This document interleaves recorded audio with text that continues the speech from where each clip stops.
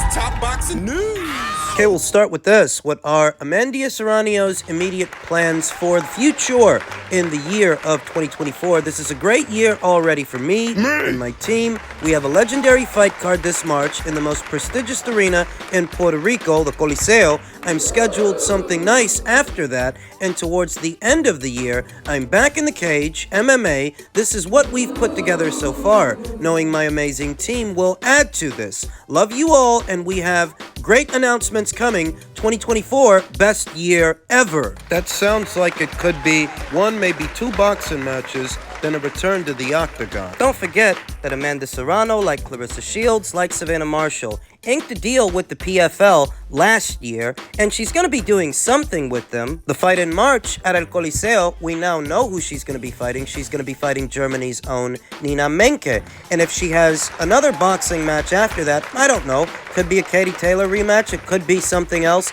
But it does seem like Amanda will be exiting the sport at year's end. And because she still has 3 of the 4 major alphabet titles at this weight, you have to consider that Amanda may be leaving the sport. At some point, those titles might go vacant, and a new cycle, a new crop of champions may sprout up. Via the WBA, the number 1 contender is Nina Menke, who Amanda is going to be fighting, but ranked right behind her is former champion of Canada. It's Canada. Jelena Marjanovic. The way it breaks down, Nina Menke is ranked at number 1 via the WBA, number 1 via the WBO, and number 1 via the IBF. So once Amanda gets her out of the way in March, those girls ranked behind Nina Menke that may find themselves in a pole position to fight for what were Amanda's titles. And I reiterate, via the WBA, Jelena Marjanovic is ranked at number 2. Via the WBO, it's Argentina's own former champion, Daniela Bermudez. She's ranked at number 2. Via the IBF, you will see the name of Sarah Mahfoud, former IBF champion of Denmark, who's supposed to be in action very soon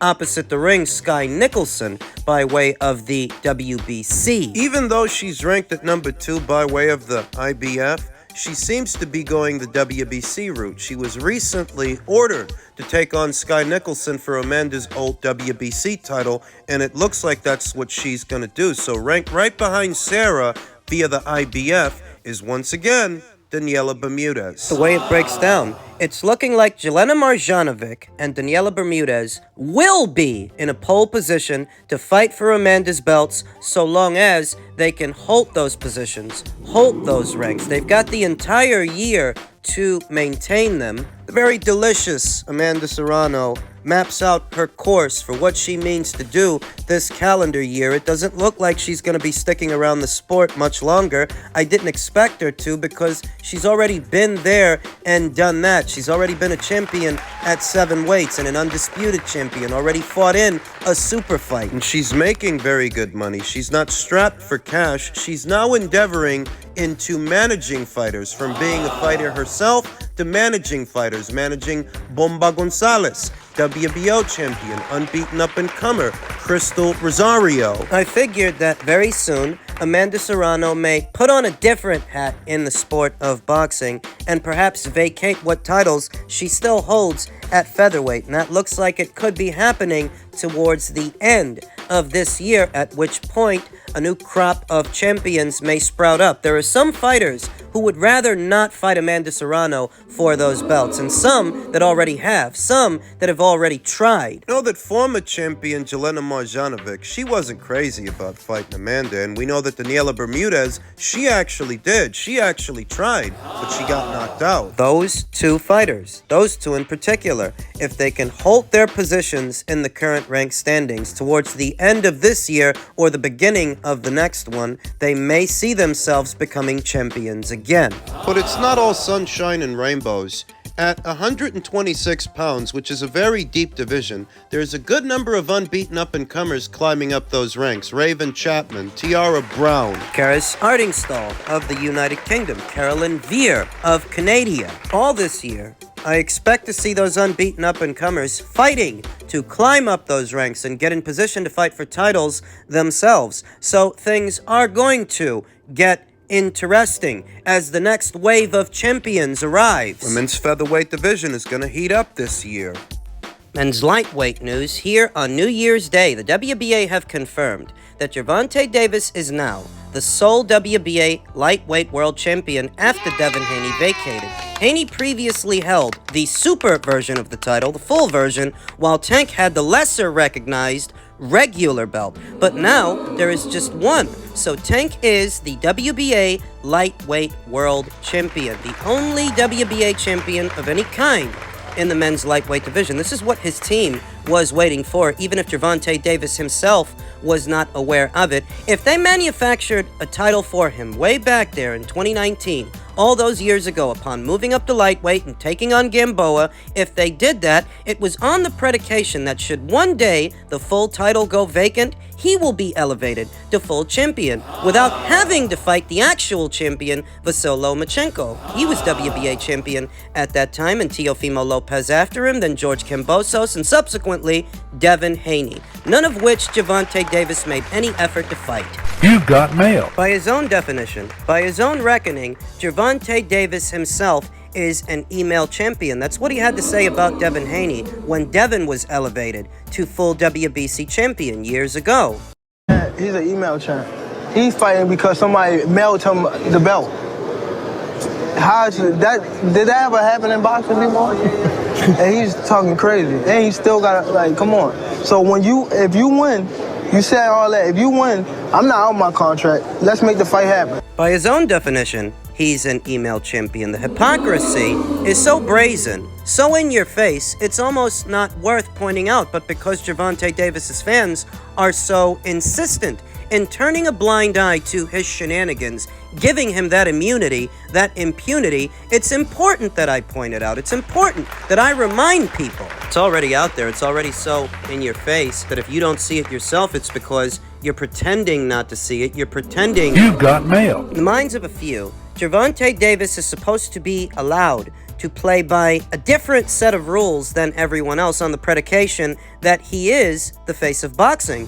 Except he's not the face of boxing. He's not the biggest draw in the sport in this country or someone else's. That's why he's not on the Forbes list. To get on the Forbes list, you have to be one of the top earning athletes in your given sport, irrespective of what that sport is. To be ranked alongside names like LeBron James and Lionel Messi, Cristiano Ronaldo, to be ranked amongst them, you have to earn the most money in your given sport the way that Canelo does and Anthony Joshua does. That's why they're there, and that's why Javante Davis isn't. So he actually isn't the face of boxing. He's not the top draw in the sport. He had one fight, just one fight that moved the needle with Ryan Garcia, and all of his other numbers were mediocre. And I anticipate that they will continue to be mediocre, because if what you're toggling through, what you're sifting through, is either Rayo Valenzuela or an Isaac Cruz rematch as your next fight, those fights won't move the needle. Very recently converted to Islam,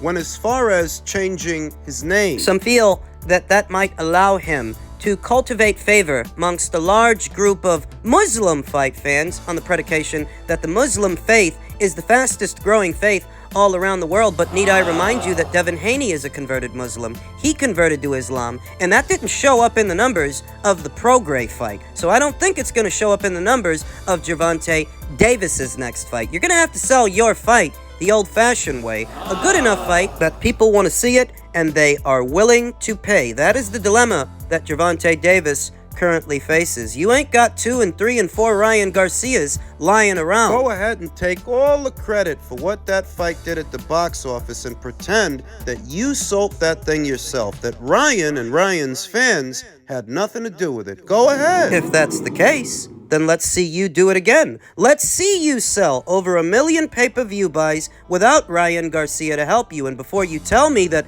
Ryan's last fight wasn't a pay-per-view, it's not like Ryan is doing those numbers by himself. I never said he did. I never said he could. I never called Ryan the face of boxing the way you guys called Javante the face of boxing. So if he really did sell that fight all by himself and Ryan had nothing to do with it, he damn well better sell over 1 million pay-per-views in his next fight. Otherwise, the jig is up. You've got mail. You often hear Javante Davis' supporters say that the reason he doesn't go a more traditional route, a more conventional route, fighting for titles and fighting these champions, is because he's not actually in it for legacy. He's in it for money, just money. But if that's true, then why pay the sanctioning fees to be WBA champion? Why have you been hanging on to a secondary title since 2019? Why have you been doing that all this time? And why accept that title now? If you accept it, you have to pay sanctioning fees to keep it. The landscape at 135 pounds is changing now that Devin Haney has moved up and become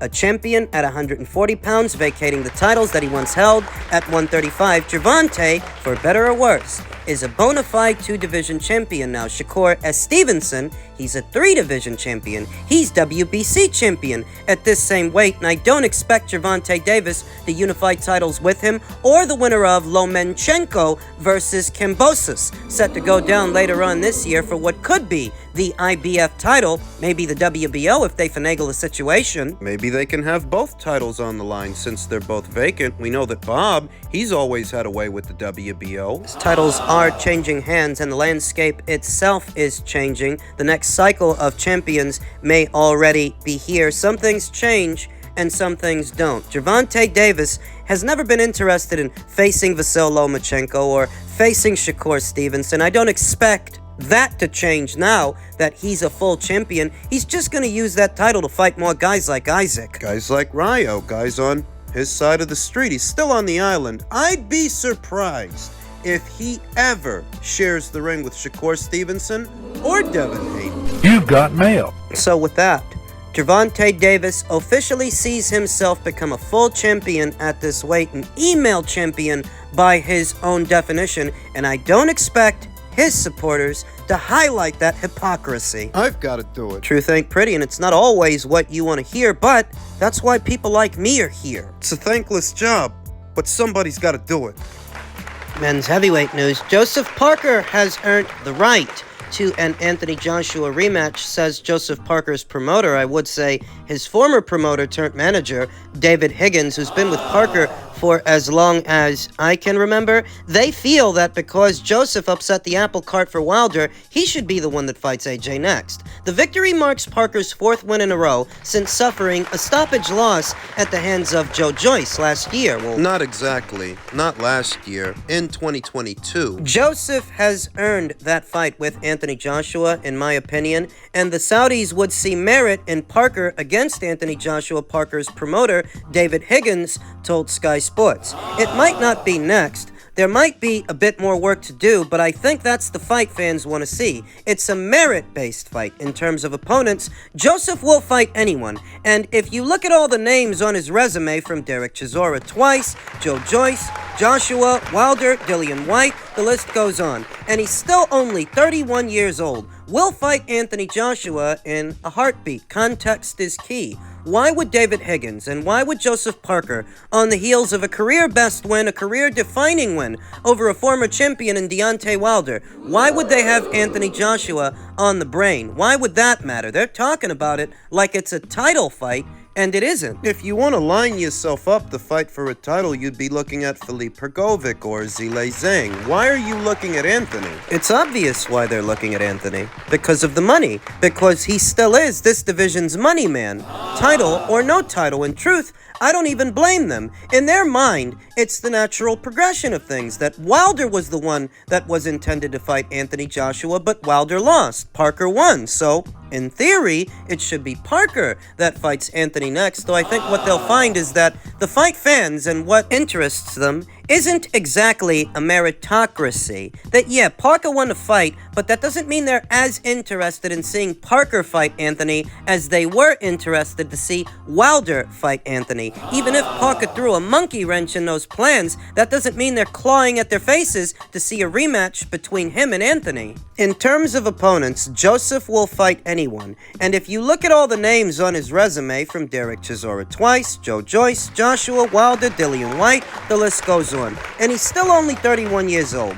will fight Anthony Joshua in a heartbeat. Everyone knows Joseph will fight him next, but I am not sure that's an option. We'll obviously look at any option and see what comes forward. What could come forward is a Daniel Dubois fight, maybe a Zhilei Zhang fight. Zhilei Zhang needs a dance partner. He does. Credit to Joseph Parker for beating the odds and exceeding even my expectations. I figured Joseph's gonna go in there, and he's gonna make Wilder look bad. He's gonna make him look bad for a couple of rounds, but sooner or later, Wilder will find his right hand, land it, and close the show. And he never did. Credit to Joseph Parker for being too much dog, being too aggressive for today's Deontay Wilder, though it's hardly a victory that I can read too much into, because fighters have a habit of looking their best with Deontay Wilder. You know, with Deontay Wilder, Gerald Washington looked like he had a world-class jab against the very limited Deontay Wilder, but he looked like shit with everybody else. Eric Molina, he actually rattled Deontay Wilder with a well-placed left hook, but he looked like shit